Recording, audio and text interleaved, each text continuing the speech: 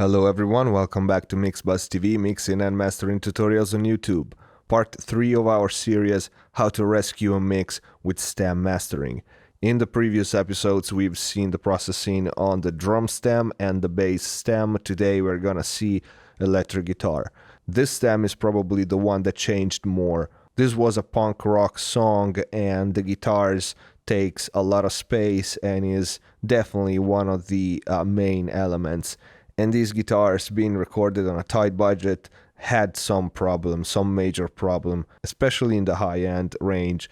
And we're gonna see what did I do to make them sound a little more organic and to make them closer to what the client had in mind with the reference. So let's see what did I do on the guitar stem to make them go in from this.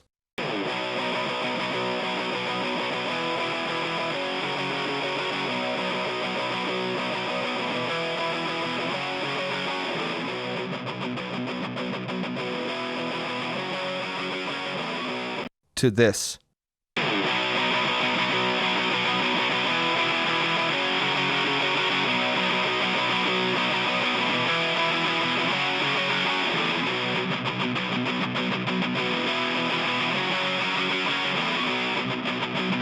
Okay, so let's start with our first plugin, which is the SSL E-channel. As for the bass stem, I didn't do any processing with this plugin, but you can tell is my first in the slot go-to plugin, just because I like the tone and I like the subtle saturation and the subtle color that it adds. So there's no filtering, EQing, or compression going on. It's just for the tone.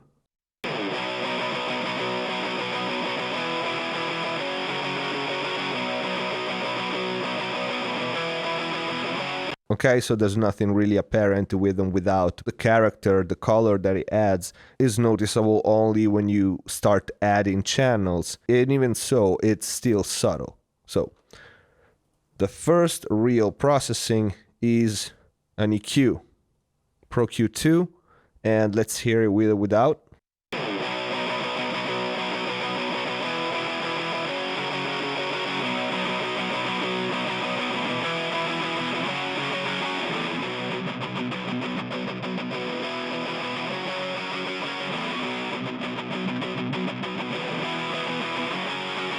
Okay, so let's go through this madness together. There's a steep filter down here at 20K with a 36 dB slope. I like on guitars to cut with a steep slope because the resonance in the cut point, it adds, in this case, a little bit of bottom.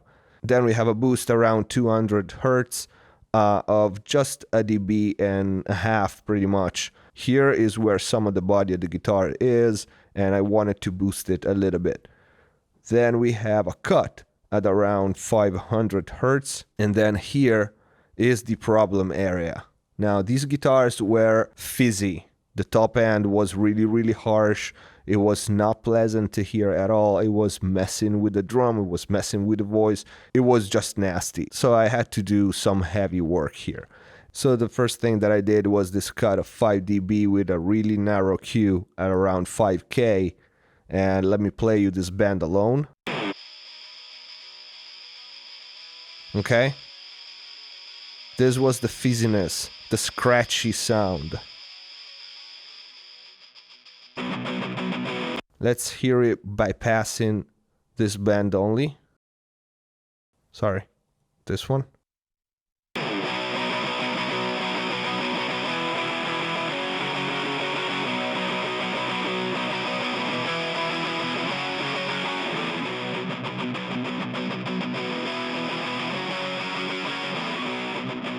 Okay, so this fizzy, harsh frequency here, it was very annoying. So I cut it out, but cutting that range out, the guitars became a little too dull and dark. So I had a boost only on the side at around 6K of just 1.6 dB, and another boost at 7K just in the mid of not even 1 dB, is 0.6. So this was just to give the guitars a little bit of high end back. after this pretty deep cut here at 5K, and then just limiting the eye hand at around 30K. So this was our first EQ, our first real processing, and it was already a little bit heavy-handed because these guitars needed that. Let's go straight to the second processing, which is a compressor, and is our API 2500. Let's hear it with and without.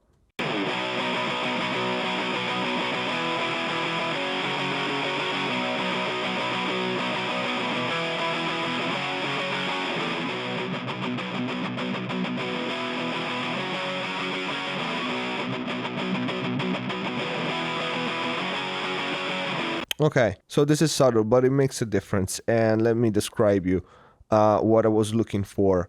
Usually when I compress electric guitars, is not for the dynamic control. I don't do that. Usually electric guitars don't need that because the wave is already pretty much flat-lined by the distortion, so you don't really need dynamic control. But what compressor can do, it can help you to bring up the attack, especially when you have stop and go kind of riffs. And in order to do so, you need a pretty slow attack. Ratio can vary depending on how obvious you want the effect to be. The lower the ratio, the more subtle the effect is. Release, it should be set in time with the riff, with the song somehow. Thrust detector is set to loud because I wanted to tame the high end. I wanted the compressor to react to the high end. And for this effect, to enhance the attack of the guitars, I like the feed-forward new mode on this compressor. So let's again hear it with and without really fast.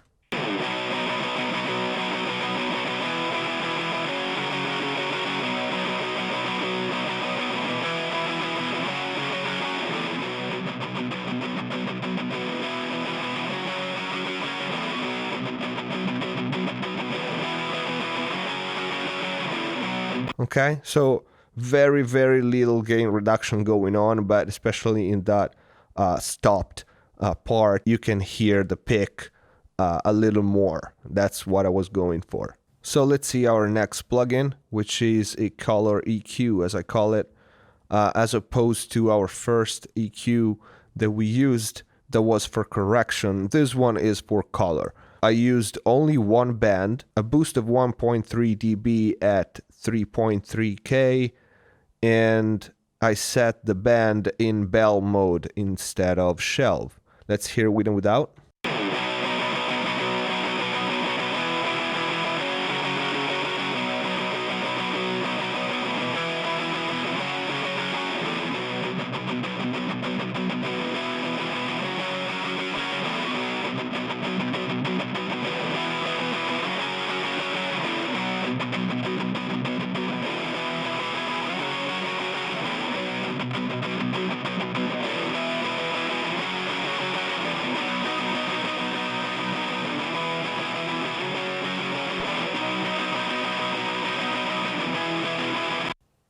Okay, so just 1.3 dB, but a very noticeable difference because this is a very sensitive range for electric guitars. Around 3K, 4K, there is the voice of the guitar, and a little bit goes a long way. So just 1.3 dB boost here makes a lot of difference. So let's go to our next plugin, Tone Booster by Real Bus again. We've seen it on the bass stem as well. Is one of my favorite plugin ever, one of the best, in my opinion, tape machine emulators, and one of the most versatile too on the market right now. This plugin is probably what changed the tone, the sound of the guitars, and improved it more than any other processing. So let's hear it with or without really fast.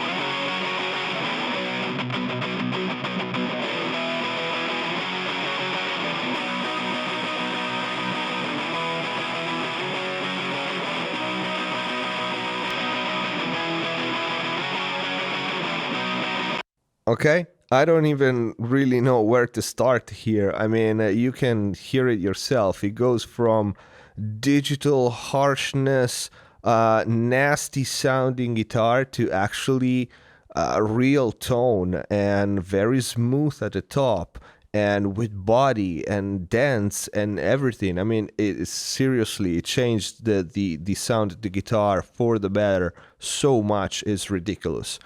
Settings are really simple here. No hiss, no asperity, a little bit of overbias at 10%. I hit the tape a little hot, as you can see, around 10 dB plus. What did I do really here is just choosing the right machine model. So as we said in the previous episode, each model here has a different frequency response. And what did I do is just pick the one that was EQing my guitars in a pleasant way. And if you take a look at the model, which is Japanese 75, I picked the 3.75 IPS, which rolls off the high end a lot, probably more than any other model here.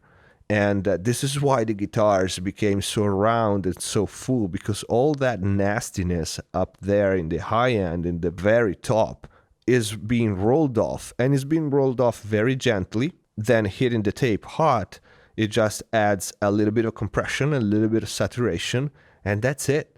And the other control is this color adjustment spectrum. This control, as I described it before, is just how much of that EQ curve you want. So as you can see, I put it around 160%, and that was the sweet spot for me. Let's once again hear it without really fast.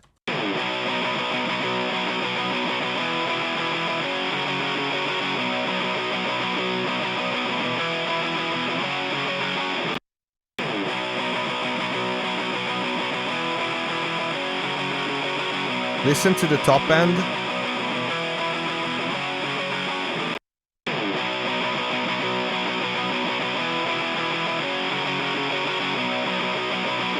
Okay, pretty amazing. And let's get to the next plugin, which is another EQ. Very subtle moves here. There's 1.5 cut at 246, a 2.3 cut at around 550, and another boost only on the side, not even 1 dB at 4K, and another small boost still only on the sides at around 7-8K. So let's hear it with or without.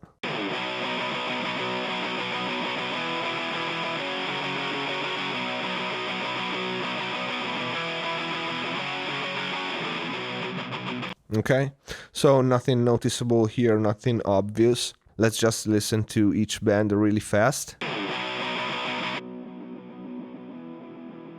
little bit of resonance here. Still a little bit of boxiness here. And this on the sides.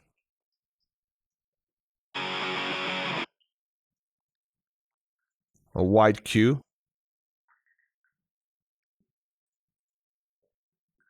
These two here on the sides are just to enhance the stereo image, okay? Just to make the guitars a little wider. So let's get to the next processor, which is Ozone Exciter. Now with this, I made what will appear very little, but it made a lot of difference again in getting rid of that nasty digital harsh sound in between 1K and 10K, okay? There was very a problem frequency range, that one.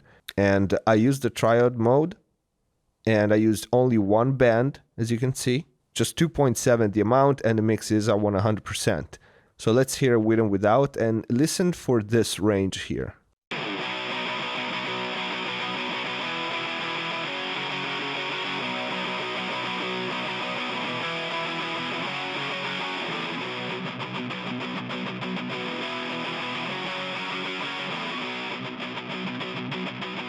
Okay, a lot smoother.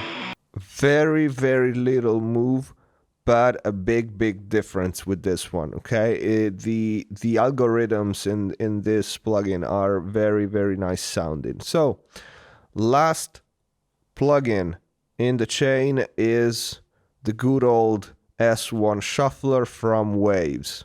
This one is pretty straightforward. I wanted the guitar wider, that's it. So let's hear him with and without.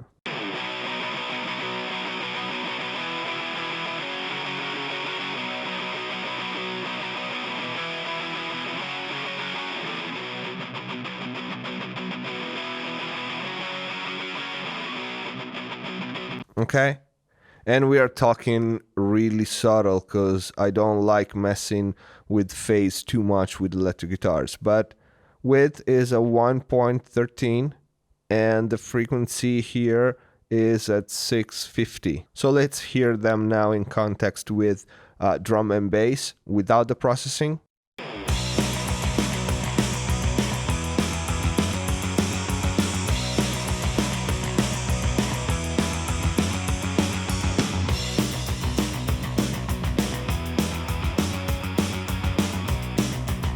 With